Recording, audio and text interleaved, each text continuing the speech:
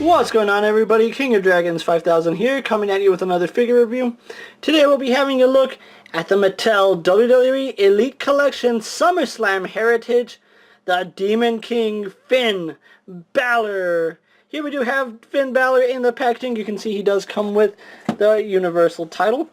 Not really a fan of the Demon King alias. I mean, I just call this the Demon, so that is what it is. On the side we have an image of Finn here.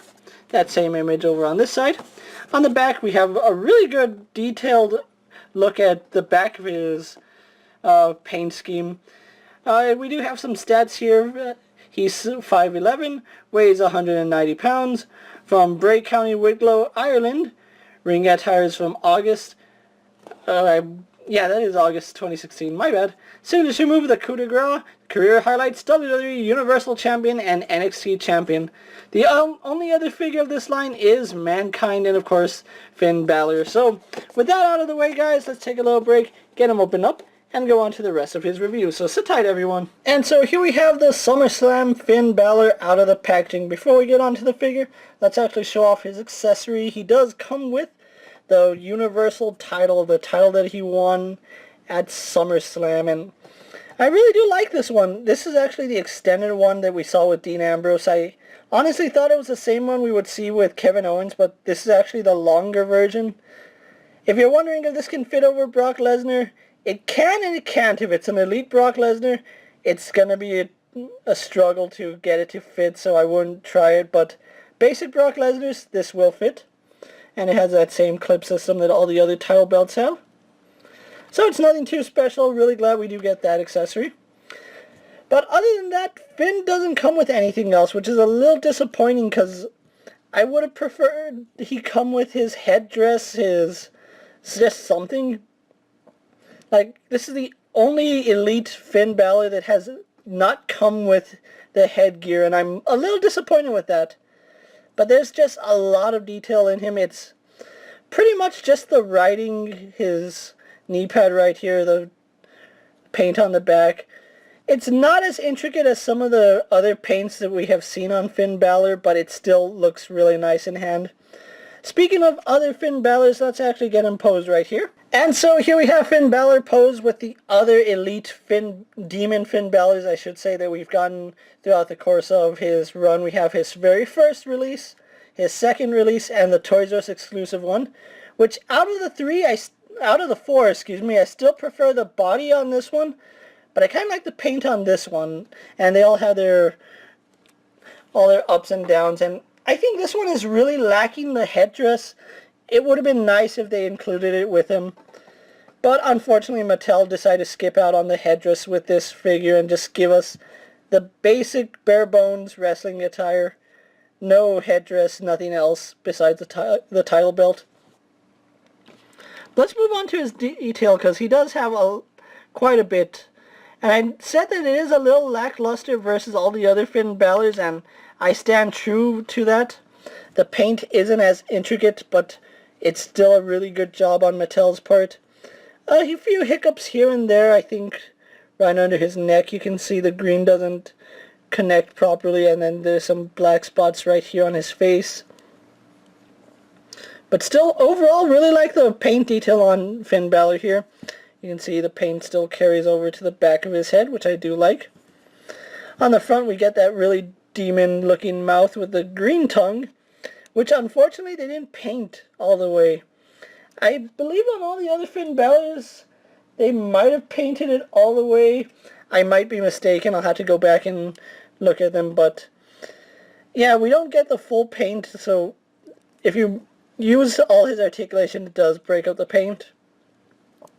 And then we have like all this writing, like Demon, Alive, where I saw Naive right there.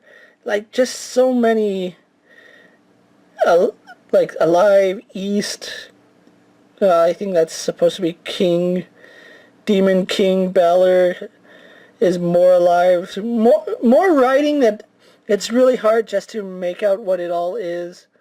I think that says a demon, Alive Demon, I don't know. And then you can see more writing on his legs. He does have paint on his hands on this one. We can go to his elbow pad, which looks really nice. And then the Eye of Balor is really well done here.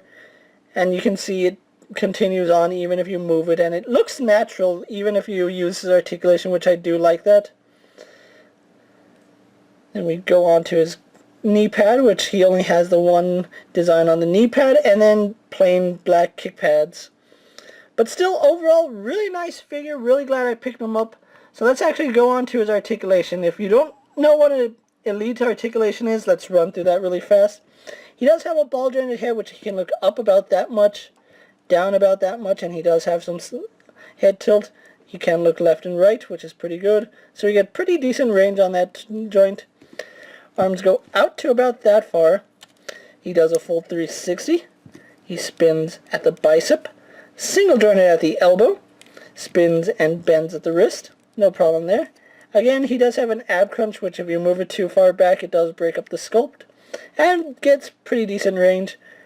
Swivels at the waist, legs go forward, back, and out to about that far.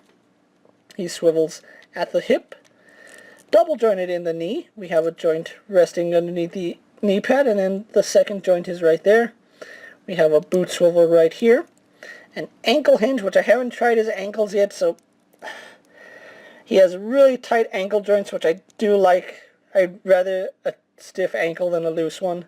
And we have some rock your ankle, so that's pretty good articulation here on the Demon Finn Balor. So what we're going to do now is take a little break, get him posed for my final thoughts, then we'll wrap up this review. So sit tight, everyone. And here we have Finn Balor posed for my final thoughts. Overall, I really do like this figure, and you can see the headdress really does bring out a little more for this figure.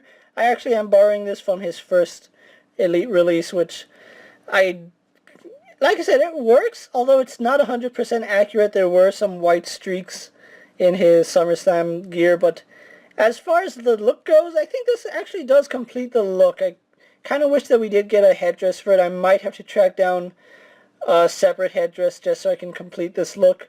I don't want to have a Finn Balor without the headdress.